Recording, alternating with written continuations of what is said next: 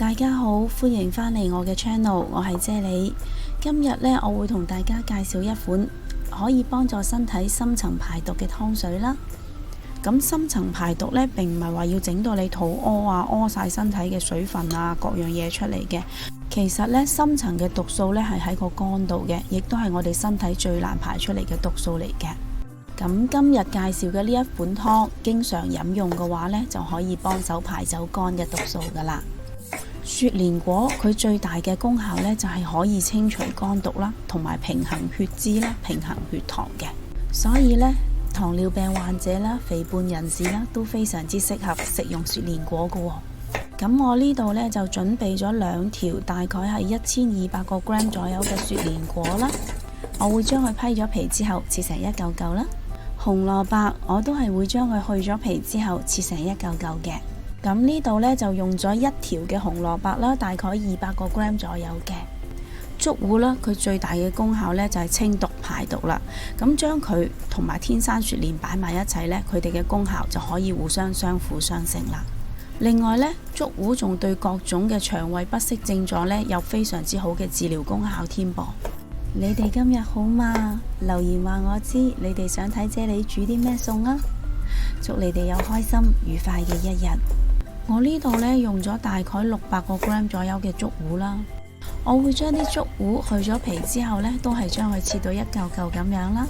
鷹嘴豆佢有降血糖、降血脂、清熱解毒嘅功效嘅，而且呢，佢仲含有超高嘅膳食纖維啦。對於需要減肥嘅人士嚟講，佢都係一個非常之好嘅食材嚟噶。養陰健脾又壯腎嘅紅腰豆啦，我呢度呢，用咗大概60個 gram 左右嘅。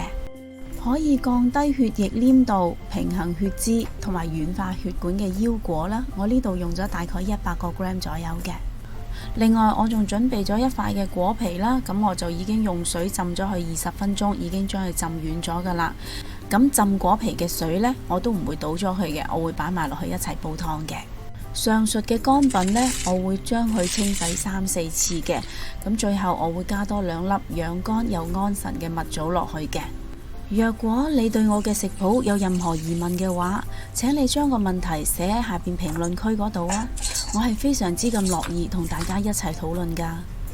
今日呢，我會用明火嚟煲湯啦，所以呢，我會加入3至3.5 litre左右嘅清水啦。